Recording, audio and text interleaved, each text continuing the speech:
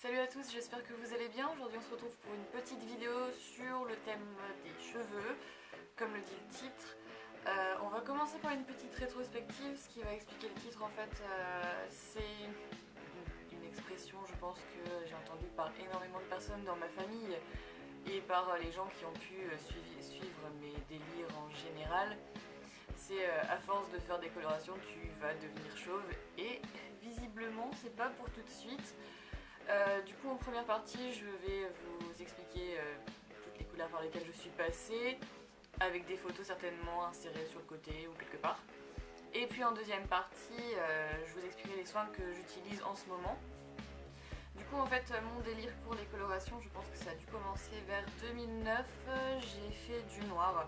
Donc il faut savoir que moi ma base de cheveux est rousse, ça c'est un roux qui est plutôt terne, pas hyper lumineux, du coup j'aime pas du tout le porter, c'est pour ça que j'ai essayé longtemps de le cacher.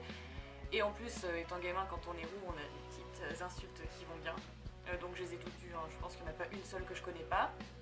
Du coup j'ai eu du noir pendant quelques années. Ensuite j'ai fait je pense des gommages de couleurs comme ils appellent ça. Je suis repassée sur mon roux naturel, j'ai décoloré, donc j'étais jaune pipi. Et à la base c'était censé être une coloration aubergine, il me semble que ça doit être la Pop Color ou Crazy Color, je pense que c'est Crazy Color. Et la couleur sur le tube c'était aubergine, donc la couleur était bien violette, une aubergine quoi. Et en fait je suis arrivée rose fluo, donc rose fluo comme ça. Ça m'a abîmé les cheveux de ouf, mes cheveux étaient poreux, je tirais dessus, ils étaient élastiques, j'avais des pointes vraiment énormes. Du coup j'ai gardé ça pendant on va dire 2-3 mois, j'ai essayé de faire un violine au-dessus parce que je me suis dit on va faire une couleur foncée au-dessus pour en attendant pour cacher le désastre. Sauf que en fait mes cheveux étaient tellement poreux qu'il y avait des endroits, je pense que c'était sur ce côté là plutôt, où la couleur prenait pas, ça faisait des points blancs dans mon cheveu en fait, donc j'ai dû couper. Après je suis passée au chocolat avec les pointes bleues, donc j'ai arrêté de décolorer ma tête complète, donc je l'avais fait une seule fois à ce moment là. J'ai décoloré une fois mes pointes et j'ai fait du bleu nuit dessus pendant super longtemps. Après, donc en fait la base de chocolat je l'ai gardée super longtemps, après j'ai laissé pousser mes cheveux, je faisais toujours mes pointes en couleur, j'ai fait du rose, j'ai fait du vert, j'ai fait du violet, je suis retournée à du bleu, donc étant donné que mes pointes étaient déjà mortes, je pouvais les colorer plus facilement étant donné que j'avais pas à les décolorer. Ensuite je me suis dit tiens je vais laisser pousser mes cheveux, ils sont beaux, ils sont longs, donc je vais refaire du chocolat, on va rester là-dessus et j'y touche plus. Sauf que ayant les cheveux super longs, quoi de mieux que de se dire bah attends je vais faire les pointes pastel, donc je les voulais gris lilas.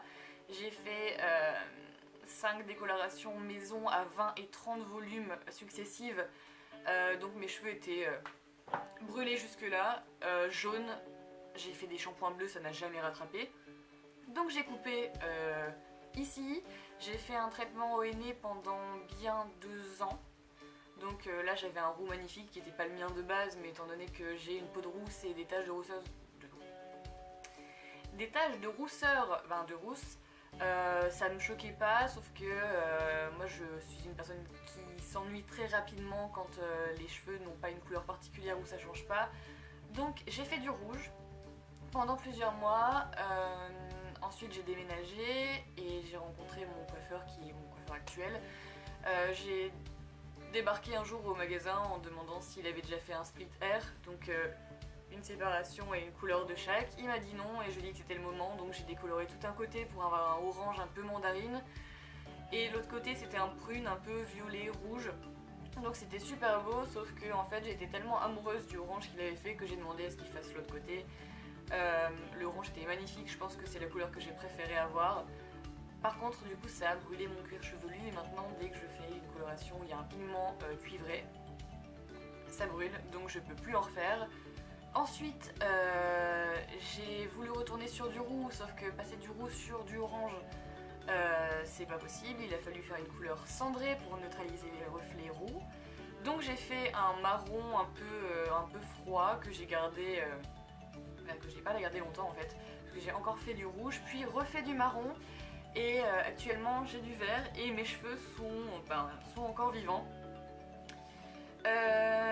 Du coup, mon coiffeur a tendance à dire que j'ai une bonne nature de cheveux pour tout ce que je leur ai fait subir, sauf que en fait ma nature de cheveux elle s'est améliorée je pense, parce que avant je les perdais 100 fois plus. Là je les perds mais c'est normal parce que c'est l'hiver. Faut dire aussi que j'ai très souvent les cheveux attachés au boulot. Je travaille en restauration rapide, du coup mes cheveux baignent dans le gras tout le temps. Donc pour éviter d'abîmer trop mes cheveux, j'essaie de pas trop les laver. J'essaie d'espacer les shampoings, j'utilise beaucoup de shampoings secs. Du coup pour ce qui est routine cheveux, on va dire que quand je dois me laver les cheveux, j'utilise le shampoing Big de chez Lush. En fait c'est un shampoing avec des cristaux de sel marin, je pense, sel marin. Donc ça fait un gommage au cuir chevelu, il est super agréable. Ça active la repousse du cheveu, ça donne du volume. Après bon, l'odeur c'est une odeur plutôt... c'est une odeur d'algue, c'est pas hyper agréable, enfin c'est pas hyper désagréable pardon, mais disons que je passe un après-shampoing au-dessus. Il faut bien rincer parce que les cristaux ont tendance à se bloquer dans les cheveux mouillés. Pendant super longtemps j'ai évité de faire tout ce qui était shampoing à base de silicone, masque ou après-shampoing, et on va pas se le cacher, un de temps en temps c'est... techniquement on devrait éviter de faire ça, mais pour des cheveux qui ont été maltraités comme les miens, du silicone c'est... il faut au moins qu'ils aient l'air beaux une fois dans leur vie. Donc je le fais pas à chaque shampoing, mais je le fais on va dire un shampoing sur 2 ou sur 3. Bon là en ce moment c'est un shampoing, un masque capillaire Ariel, donc de Disney, que j'ai acheté 4,50€ sur Azos, donc 4,50€ pour une petite pochette comme ça, c'est juste par pur caprice parce que c'était Ariel dessus. Mais quand ça sera pas celui-là, ça sera un autre. Je pense que je vais essayer de passer un après-shampoing de chez Lush pour compléter avec le shampoing, parce que leurs produits sont bien, mais c'est juste que là pour l'instant j'avais que ça sous la main. J'avais fait une commande Azos, il me manquait 4€, j'ai pris ça parce que c'était mignon. Après en général quand je suis entre deux couleurs, je sais que je dois faire une autre couleur mais que mes cheveux sont suffisamment abîmés, je fais un masque maison du coup avec de l'huile de coco mélangée à l'huile de ricin. D'ailleurs c'est tout gras parce que forcément c'est de l'huile. Donc je vais chauffer l'huile de coco pour la faire fondre parce que ça reste un bloc solide, et je mélange de l'huile de ricin. Je laisse quelques heures ou je peux laisser poser une nuit. Par contre là du coup comme le vert que j'ai sur les cheveux il dure pas, il tient pas énormément, c'est pas de la coloration permanente, c'est pas décoloré en dessous, donc ça dure 2 à 3 semaines. Donc là en ce moment j'évite de faire trop de bains d'huile de coco, mais sinon je sais que dès que j'en aurai marre du vert et que je voudrais passer à une autre couleur, je ferai ça pendant un petit moment pour faire dégorger le vert, parce que si jamais je veux passer à du rouge ou du marron, j'ai pas envie qu'à chaque rayon de soleil il y ait un reflet vert. Du coup je fais ça. Tous les jours je mets du coup je sais pas comment on peut appeler ça, une crème de jour à la grenade de la marque Chlorane que j'ai eu en pharmacie. Je l'avais déjà eu à la mangue. Mangue karité je pense, et ça avait bien aidé mes cheveux. Mes cheveux ils sont brillants. En plus il y a une protection UV, mais comment vous dire que dans le Nord la protection UV est totalement inutile. Donc c'est un soin sans rinçage en fait que vous mettez le matin, donc ça sent super bon. Moi je frictionne un petit peu mes cheveux quand j'ai les cheveux bouclés, ce qui arrive vraiment très rarement. Ça donne un effet mouillé sur le cou et ça galbe bien la boucle. Donc je pense que j'ai dû payer un truc genre 9,90€ pour 125 ml. Donc on met vraiment une petite noisette et c'est comme une crème de jour mais pour les cheveux en fait. Ensuite j'ai aussi acheté un traitement pour les cheveux et les ongles, donc ça fait que 2 semaines que je l'utilise, donc pour l'instant j'ai pas vraiment d'avis à donner là-dessus, ça fait pas assez longtemps. Bon, mes ongles ont tendance à pousser et être un peu plus résistants, mais j'utilise aussi pas mal de produits d'entretien au boulot, du coup j'ai l'impression que ça les durcit un peu. Donc ça c'est Pharmactive. À la base je voulais acheter des gélules de levure, mais j'ai eu un peu peur que la levure ça fasse prendre du poids, et en ce moment j'essaie de faire attention. Donc le pharmacien m'a dit que ça c'était sa marque, donc j'ai pris ongles cheveux. Il m'a dit que ça faisait pousser exclusivement ça, mais ongles cheveux ça va faire pousser les poils aussi, faut pas exagérer. Pour le coup ça j'ai remarqué que mes sourcils poussaient plus vite. Bon, il n'y a pas de petit avancement, hein. Si ça fait pousser les sourcils, ça fera pousser les cheveux. Du coup c'est un truc, ça se présente sous forme de cachet, on dirait des Doliprane. Par contre ça pue le foin, c'est ignoble, on dirait un mélange de foin et de croquettes pour chat.